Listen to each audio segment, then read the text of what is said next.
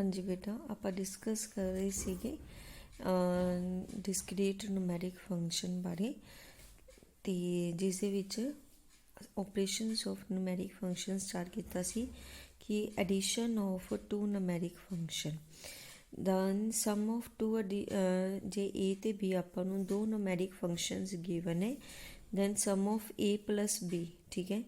Numeric functions ਦਾ ਜਿਹੜਾ ਸਮ ਹੈ a plus b ਨਾਲ ਡਿਨੋਟ ਕੀਤਾ ਜਾਏਗਾ whose value at r ठीक है जिन्हों की value at r is equal to the sum of the values of two numeric functions a and b at r ਜਿਹੜੀ ਹੋਏਗੀ ਜਿਵੇਂ ਕਿ ਇਹਨੂੰ ਆਪਾਂ ਐਗਜ਼ਾਮਪਲ ਨਾਲ ਸਮਝਦੇ ਹੈਗੇ ਕਿ ਜਿਵੇਂ ਕਿ a r ਆਪਣੇ ਕੋਲ ਇੱਕ ਨੂਮੈਰਿਕ ਫੰਕਸ਼ਨ ਗਿਵਨ ਹੈ ਤੇ b r ਆਪਾਂ ਨੂੰ ਇੱਕ ਨੂਮੈਰਿਕ ਫੰਕਸ਼ਨ ਗਿਵਨ ਹੈ ਠੀਕ ਹੈ। ਇਹ ਦੋ ਨੂਮੈਰਿਕ ਫੰਕਸ਼ਨ ਆਪਾਂ ਨੂੰ ਗਿਵਨ ਹੈ ਤਾਂ ਆਪਾਂ ਜੇ ਸਪੋਜ਼ ਕਰ ਲਈਏ ਕਿ c ਕੀ ਹੈ sum of these two numeric functions ਹੈ is equal to A plus B तो C R is equal to की होएगा A R plus B R ठीक है। एट द आर जो आप वैल्यू डिस्कस कर रहे हैं A R plus B R हो जाएगा ठीक है। इन्होंने दोनों का सम हो जाएगा at the point A R plus B are.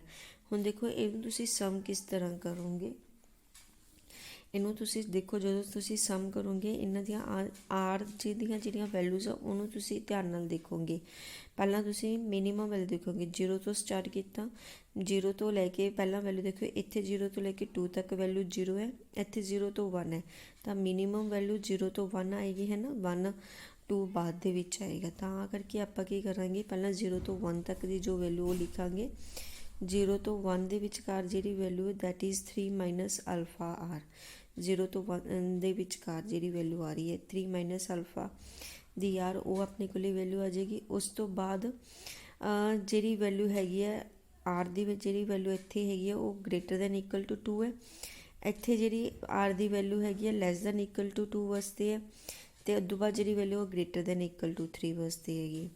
Clear ਤਾਂ ਮੀਨਸ ਯਾਨੀ ਕਿ ਆਪਣੇ ਕੋਲ ਹੁਣ ਜਿਹੜੀ ਵੈਲਿਊ ਆਏਗੀ ਉਹ ਕੀ ਆਏਗੀ ਆਰ ਇਕੁਅਲ ਟੂ 2 ਵਾਸਤੇ ਆਏਗੀ। ਉਸ ਤੋਂ ਬਾਅਦ ਜੋ ਵੈਲਿਊ ਹੈਗੀ ਆਰ ਇਕੁਅਲ ਟੂ 2 ਵਾਸਤੇ ਆਪਣੇ ਕੋਲ ਜਿਹੜੀ ਵੈਲਿਊ ਹੈਗੀ ਕਿਉਂਕਿ ਉਸ ਤੋਂ ਬਾਅਦ ਜੋ ਵੈਲਿਊ ਆਪਾਂ ਨੇ ਲੈਣੀ ਉਹ ਗ੍ਰੇਟਰ ਦੈਨ ਇਕੁਅਲ ਟੂ 3 ਵਾਸਤੇ ਲੈਣੀ ਹੈ ਤਾਂ ਆਰ ਇਕੁਅਲ ਟੂ 2 ਜਦੋਂ ਆਪਾਂ ਪੁੱਟ ਕਰਾਂਗੇ ਆਰ ਇਕੁਅਲ ਟੂ 2 ਕਿਉਂਕਿ ਇੱਥੇ ਤਾਂ ਜਿਹੜੀ ਆਰ ਇਕੁਅਲ ਟੂ 2 ਹੈ ਉਹਦੇ ਵਾਸਤੇ ਤਾਂ ਵੈਲਿਊ 0 ਹੀ ਹੈ ਤਾਂ ਇਹਦੇ ਵਿੱਚ ਜਦੋਂ ਆਰ ਇਕੁਅਲ ਟੂ 2 ਪੁੱਟ ਕਰਾਂਗੇ ਤਾਂ ਆਪਣੇ ਕੋਲ ਵੈਲਿਊ ਕੀ ਆ ਜਾਏਗੀ 4 आर की वैल्यू 2 पुट कर दो 2 प्लस 2 की हो जाएगा 4 हो जाएगी वैल्यू अपने को वैल्यू क्या आ गई 4 आ गई तो ग्रेटर दैन 3 वास्ते वैल्यू अपने को की है आर प्लस 2 तो हैगी है प्लस अपने को की हो जाएगा इन्होंने दोनों का सम करना अपने क्लीयर क्योंकि ये आप जो सम किया ये तो 0 ही हो गई सी अपने को वैल्यू ये तो अपने को 0 ही सी तो 3 माइनस अल्फा की पावर आर आ गई सी ये आर इक्वल टू 2 सीगा तो आर प्लस 2 अपने को आर की वैल्यू 2 पुट कर दी गई आ तो 0 ही हैगी सी तो ये हुण R greater than equal to 3 वास्ते जी वैल्यू हैगी है इन्हों दोनों का हुण सम करांगे इन्हों दोनों का जिमें आर प्लस 2 प्लस अल्फा दी माइनस आर प्लस 5 हुण इन्हों दोनों का सम कर दिता अपने that is the value for R greater than equal to 3 वास्ते हो जाएगी तो 2 प्लस 5 है जो 7 बन जाएगा आर एज इट इज़ पे अल्फा दी माइनस आर वो भी एज इट इज़ पे क्लीयर बेटा। इस तरह जोड़ा है आपने इन्हों सम कर दिता गा दोनों आपने एडिशन जी है वो आपने कर दी। क्लीयर बेटा समझ आए ये आपने किस तरह चूज़ करना है पहला आप हरेक वैल्यू जी है चूज़ करा 0 के उत्ते देखो वैल्यू जी हैगी 0 के उत्ते आप चूज़ की गई 0 तो इधर तो अपने को 0 ही है इधरों 3 माइनस अल्फा आर आ जाएगी 1 के उत्ते इधर तो 0 ही है प्लस की 3 माइनस अल्फा आर ही आ जाएगी 2 के उत्ते जो आप देखा जो आप 2 के उत्ते चैक करा तो इतों अपने को कुछ नहीं आएगा क्योंकि 2 वास्ते ये नहीं लैनी 2 वास्ते जी वैल्यू आर प्लस 2 आएगी इधर जी वैल्यू 0 आएगी तो 2 वास्ते अपने जो ये लवेंगे आप आर प्लस 2 तो अपने 2 वैल्यू जी है वो पुट कर दी। क्लीयर तो 3 वैल्यू जी है वो ग्रेटर दैन अपने को इन्होंने दोनों सम कर दिता गा। उस तो बाद अपने को आ गई प्रोडक्ट जी हैगी प्रोडक्ट भी उस तरह ही जो अपन दो ਨੂਮੈਰਿਕ फंक्शनस गिवन है दैन प्रोडक्ट जी होंगी उन्होंने आप ए डॉट बी नाल डिनोट कर देनी हैगी ए dot B. Numeric function product of A and B to be denoted by A dot B is a numeric function whose value at R is equal to the product of the values of the numeric functions A and B at R। उसी तरीके नाल हुण जदों आपां नूं AR ते BR दोनों दो फंक्शनस गिवन है तो जे आपां DR जिहड़ा हैगा सपोज कर लीए कि अपने कोले DR जिहड़ा हैगा आपां सपोज कर लीए कि product of A and B है तो AR ते BR नूं आपां की करांगे मल्टीप्लाई कर देवांगे।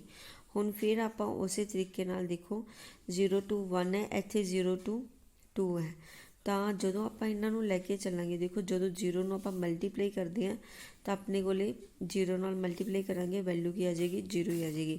ਯਾਨੀ ਕਿ 0 ਤੋਂ ਲੈ ਕੇ 2 ਤੱਕ ਦੀਆਂ ਟਰਮਸ ਨੂੰ ਜਦੋਂ ਆਪਾਂ ਮਲਟੀਪਲਾਈ ਕਰਾਂਗੇ ਤਾਂ ਆਪਣੇ ਕੋਲੇ ਵੈਲਿਊ ਕੀ ਆ ਜਾਏਗੀ 0 ਆ ਜਾਏਗੀ। ਯਾਨੀ ਕਿ 0 ਤੋਂ ਲੈ ਕੇ 2 ਤੱਕ ਦੀਆਂ ਵੈਲਿਊਜ਼ ਵਾਸਤੇ ਵੈਲਿਊ ਕੀ ਹੋ ਜਾਏਗੀ 0 ਹੋ ਜਾਏਗੀ। ਜਦੋਂ r greater than equal to 3 ਹੋਏਗਾ ਉਦੋਂ ਆਪਾਂ ਇਹਨੂੰ ਤੇ ਇਹਨਾਂ ਦੋਨਾਂ ਨੂੰ ਕੀ ਕਰ ਦਾਂਗੇ ਮਲਟੀਪਲਾਈ ਕਰ ਦਾਂਗੇ। ਕਲੀਅਰ ਸਮਝ ਆ ਗਿਆ ਬੇਟਾ। उस तो बाद अपने को थर्ड आ जाता है कन्वोल्यूशन आ जाता है। ए एंड बी भी टू नुमैरिक फंक्शनस है तो convolution of A and B इनू आप ए स्टार बी इस तरह डिनोट कर देंगे इज अ नुमैरिक फंक्शन सी है तो इनू लिखा किस तरह जाता है A naught B R plus A one B R minus one plus सोन ए आर बी नोट। यानी कि ए नोट तो स्टार्ट करांगे तो बी आर तो स्टार्ट ए दी एक एक बेस बढ़ता जाएगा तो बी का एक एक घटता जाएगा तो इनू आप इस तरह भी लिख सकते हैं summation I is equal to 0 to R A I B R minus I इस तरह भी लिख सकते हैं। तो एग्जाम्पल के थ्रू समझिए तो ए तो बी जो अपन दो न्यूमेरिक फंक्शनस गिवन है A R is equal to 3R तो B R is equal to alpha दी आर है दोनों ही ग्रेटर दैन इक्वल टू 0 है तो ये कन्वोल्यूशन बी कि इक्वल होएगा अपने को दिस वन आप इस तरह बस 3 दी आई 2 दी आर माइनस आई। क्लीयर ये अपनी वैल्यू पुट कर देनी है 3 की जगह तो आई तो 2 की जगह तो 2 दी आर माइनस आई अपने पुट कर देना सिंपल। उस तो बाद आ जाता है multiplication of numeric function by a real number. जो आप किसी रियल नंबर नाल मल्टीप्लाई करते हैं ये सिंपल है किसी स्केलर नाल जिवें आपां मल्टीप्लाई करते हैं उही चीज़ ये आ जाती है कि जे ए अपने कोले कोई न्यूमैरिक फंक्शन है अल्फा अपने कोले कोई रियल नंबर है तो अपने कोले की आ जाएगा value at R is equal to alpha times of A R आ जाएगी तो इनू डिनोट किया जाता है अल्फा ए नाल इनू डिनोट किया जाता है। जे ए अपने कोले न्यूमैरिक फंक्शन गिवन है ए आर इस तरह का तो 2 ए नाल इनू आपां मल्टीप्लाई किया तो जस्ट 2 नाल इनू आपां मल्टीप्लाई कर देवांगे इहदे विच। क्लीयर उस तो बाद मॉडुलस आ जाता है। मॉडुलस आपां नूं पता ही है कि मॉडुलस दे विच जे नॉन नैगेटिव होवे तां अपने कोले पॉजिटिव आंदा जे नैगेटिव होवे तां नैगेटिव वैल्यू आ जाती है इहदे विच कुछ खास नहीं।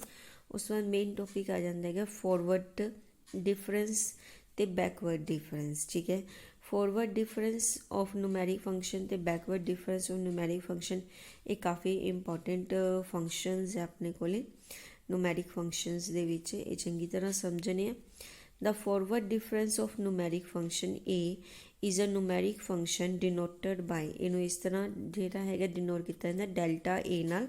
ठीक है ट्रायंगल बना के मुड़े डेल्टा ए नाल इनू डिनोट किया जाता हुज वैल्यू एट आर जे आपां चैक करनी है इज इक्वल टू की हुंदी है A R plus 1 minus A R दे इक्वल हुंदी है। क्लीयर फॉरवर्ड डिफरेंस नूं आपां डेल्टा ए नाल डिनोट करते हैं तो A R plus 1 minus A are नाल इनू डिनोट किया जाता है।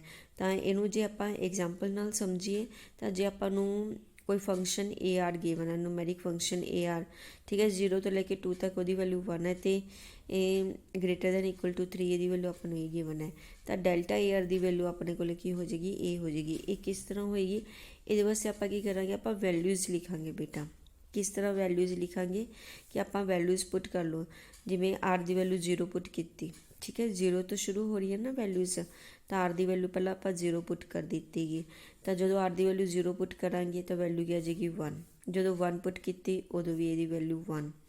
क्लीयर जो आर की वैल्यू 2 पुट की उदों भी ये वैल्यू क्या आ जाएगी 1। क्लीयर 2 तक ये वैल्यू क्या 1 जो आप 3 या 3 तो ज़्यादा पुट करांगे उदों ये वैल्यू आ जाएगी जो 3 पुट करांगे देखो आर की वैल्यू जो 3 पुट करनी है तो 3 की पावर 3 हो जाएगी। 3 की पावर 3 का मतलब की है 27। 3 की पावर जो 4, ठीक है, अदों अगली टर्म पुट करना 3 की पावर 4 तो मीनस 81 हो जाएगा। इस तरह अपने को वैल्यूज होणगियां। क्लीयर। तो अपने को डेल्टा ए आर की वैल्यू की होंगी हैगी, अपने तो डिफरेंस करना ना, फॉरवर्ड डिफरेंस। फॉरवर्ड डिफरेंस की होंगे ए R plus 1 minus A R plus 1 minus A are, यानी कि डिफरेंस करना है। तो देखो हुण ये की है, जो आप A1 माइनस ए नोट करांगे तो अपने को वैल्यू कितनी आ जाएगी 0। जो A2 माइनस A1 करोगे उदों वैल्यू कितनी आ जाएगी 0। क्लीयर। तो मीनस की है, जो आप वैल्यू 0 पुट की, जो आप वैल्यू 1 पुट की, ठीक है। और जो आप वैल्यू ये की है आर की वैल्यू 0 पुट करांगे तो जो आर की वैल्यू 1 पुट करोगे उदों अपने को वैल्यू की आ जाएगी 0 आएगी। 0 तो 1 वास्ते ये वैल्यू की है 0 आएगी। क्लीयर। तो आपने इत्थे लिखता when R is 0 and 1 value is 0। जो आर की वैल्यू आप 2 पुट करांगे, जो आर की वैल्यू 2 पुट करोगे, देखो ये आर की वैल्यू 2 पुट की तो ये की हो गया A3 minus A2, A3 minus A2 हो गया। A3 की वैल्यू 27, A2 की वैल्यू 1 तो 27 माइनस 1 26 हो गया। जो आर की वैल्यू 2 पुट की, जो आर की वैल्यू आप 3 पुट करांगे, जो आर की वैल्यू ये 3 पुट की कितनी आ जाएगी A4 minus A3, A4 minus A3 यानी कि 81 माइनस 27 है ना। तो उदों अपने को वैल्यूज़ किस तरह दी बनया करनगियां 2 इंटू 3 की पावर आर। क्लीयर। जो A4 माइनस 27 करोगे ना बेटा तो जो अपने को बन गया A4 माइनस A3 तो अपने को बन जाएगा इत्थे 3 की पावर 4 तो 3 की पावर 3। ये आप कर सकते 3 की पावर 3 कॉमन कर सकते हैं तो 3 माइनस 3 माइनस थोड़े को बन जाएगा 1 तो 2 इंटू की बन जाएगा 3 की पावर 3 बन जाएगा।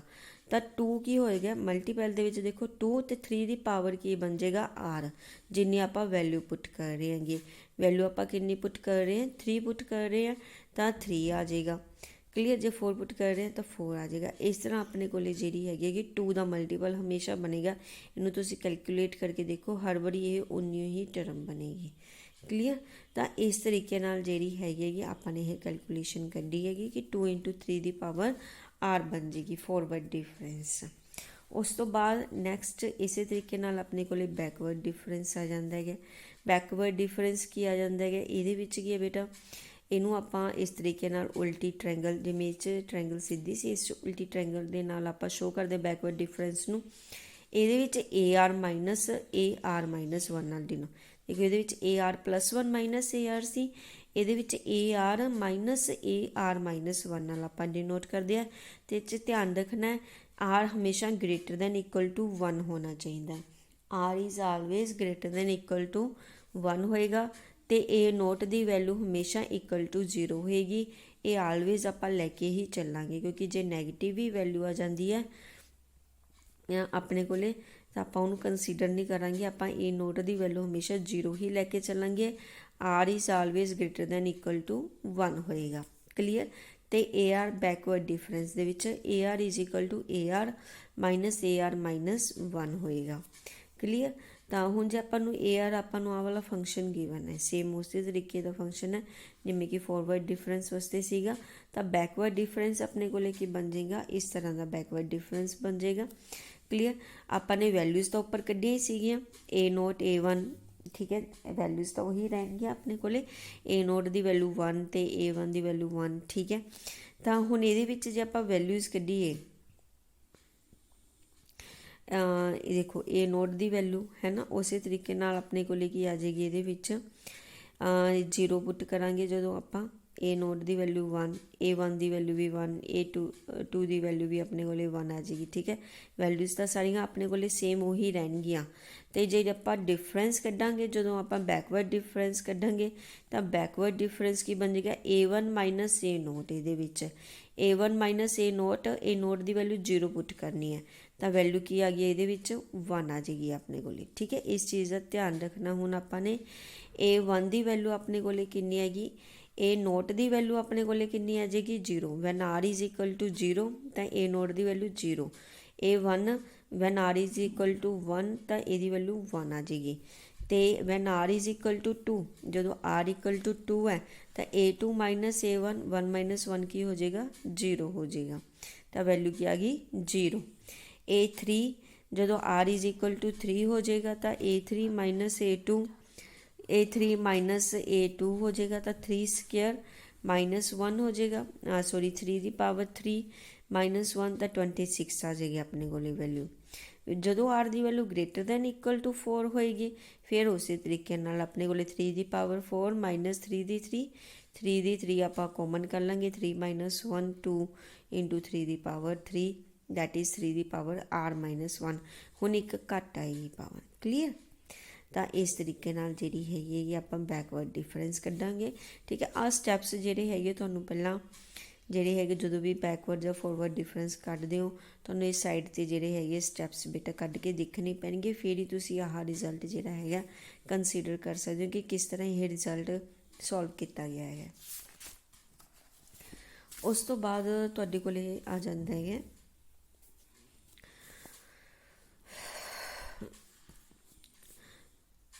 ਅਕਮੂਲੇਟਡ sum of numeric function. Accumulated sum ਜਿਹੜਾ ਹੁੰਦਾ ਹੈਗਾ ਇਹਨੂੰ ਆਪਾਂ sigma AI is equal to 0 to R ਨਾਲ ਵੀ ਡਿਨੋਟ ਕਰਦੇ ਹਾਂ। Accumulated sum of numeric function A is a numeric function whose value at R is summation of AI। ਠੀਕ ਹੈ, A ਦੀ ਜਿਹੜੀਆਂ ਵੈਲਿਊਜ਼ ਹੋਏਗੀਆਂ I equal to 0 to R ਨਾਲ ਇਹਨੂੰ ਆਪਾਂ ਡਿਨੋਟ ਕਰ ਦਿੰਦੇ ਹੈਗੇ। AR ਇਜ਼ ਇਕੁਅਲ ਟੂ 3 ਦੀ R ਹੈ ਤਾਂ ਇਹਨੂੰ ਆਪਾਂ ਸਮੇਸ਼ਨ ਆਫ 3 ਦੀ I is equal to 0 to R। ਅਤੇ ਇਹ ਕੀ ਹੈ ਕਿਊਮੂਲੇਟਡ ਸਮ ਕਾਮਨ ਰੇਸ਼ੋ ਜਿਹੜਾ ਹੈਗਾ ਇਹ ਇੱਕ ਤਰ੍ਹਾਂ ਦਾ ਜੋਮੈਟ੍ਰਿਕ ਸੀਰੀਜ਼ ਬਣ ਜਾਂਦੀ ਹੈ ਆਪਣੇ ਕੋਲੇ 3 ਦੀ ਪਾਵਰ R ਪਲੱਸ 1 ਮਾਈਨਸ 1/2। ਠੀਕ ਹੈ, ਇਹ ਸਿੰਪਲ ਇਹਨੂੰ ਯਾਦ ਕਰ ਲਿਓ ਬੇਟਾ, ਇਸ ਜ਼ਿਆਦਾ ਨਹੀਂ। ਮੇਨ ਉਸ ਤੋਂ ਬਾਅਦ ਆਪਣੇ ਕੋਲੇ ਜਿਹੜਾ ਫੰਕਸ਼ਨ ਆ ਜਾਂਦਾ numeric function SIA and S minus IA। ਠੀਕ ਹੈ, ਇਹ ਦੋਨੋਂ ਫੰਕਸ਼ਨ ਜਿਹੜੇ ਹੈਗੇ ਆ ਇਹਨਾਂ ਨੂੰ ਤੁਸੀਂ ਯਾਦ ਰੱਖਣਾ ਹੈਗਾ। ਇਹ ਤੁਹਾਡੇ ਮੇਨ ਫੰਕਸ਼ਨ ਆ ਜਾਂਦੇ ਆ ਕਿ ਜੇ ਇਹ ਆਪਣੇ ਕੋਲੇ ਕੋਈ ਨੂਮੈਰਿਕ ਫੰਕਸ਼ਨ ਹੈ ਅਤੇ I ਆਪਣੇ ਕੋਲੇ ਕੋਈ ਪੋਜ਼ੀਟਿਵ ਇੰਟੀਜ਼ਰ ਹੈ। ਠੀਕ ਹੈ, ਇਹ ਨੂਮੈਰਿਕ ਫੰਕਸ਼ਨ ਆਪਾਂ ਨੂੰ ਗਿਵਨ ਹੈ, I ਪੋਜ਼ੀਟਿਵ ਇੰਟੀਜ਼ਰ ਗਿਵਨ ਹੈ। Then SIA is a numeric function whose value at R is 0 for R equal to 0 1 2 so on I minus 1 and AR minus I for R greater than equal to I। if we denote the numeric function ਇਹਨੂੰ ਆਪਾਂ ਤੁਸੀਂ ਇਸ ਤਰ੍ਹਾਂ ਸਮਝ ਸਕਦੇ ਹੋ ਕਿ numeric function SIA ਹੈ ਆਪਣੇ ਕੋਲੇ ਕੋਈ। ਠੀਕ ਹੈ, ਇਹਦੀ ਵੈਲਿਊ ਆ ਤੁਸੀਂ ਆਹ ਵੈਲਿਊ ਜਿਹੜੀ ਬੇਟਾ ਯਾਦ ਰੱਖਣੀ ਹੈ SIA ਦੀ 0 ਹੋਏਗੀ ਜਦੋਂ R ਦੀ ਵੈਲਿਊ ਬਿਟਵੀਨ 0 ਅਤੇ I ਮਾਈਨਸ 1 ਹੋਏਗੀ। Greater than equal to I ਵਾਸਤੇ ਇਹਦੀ ਵੈਲਿਊ AR ਮਾਈਨਸ I ਹੋਏਗੀ। ਕਲੀਅਰ?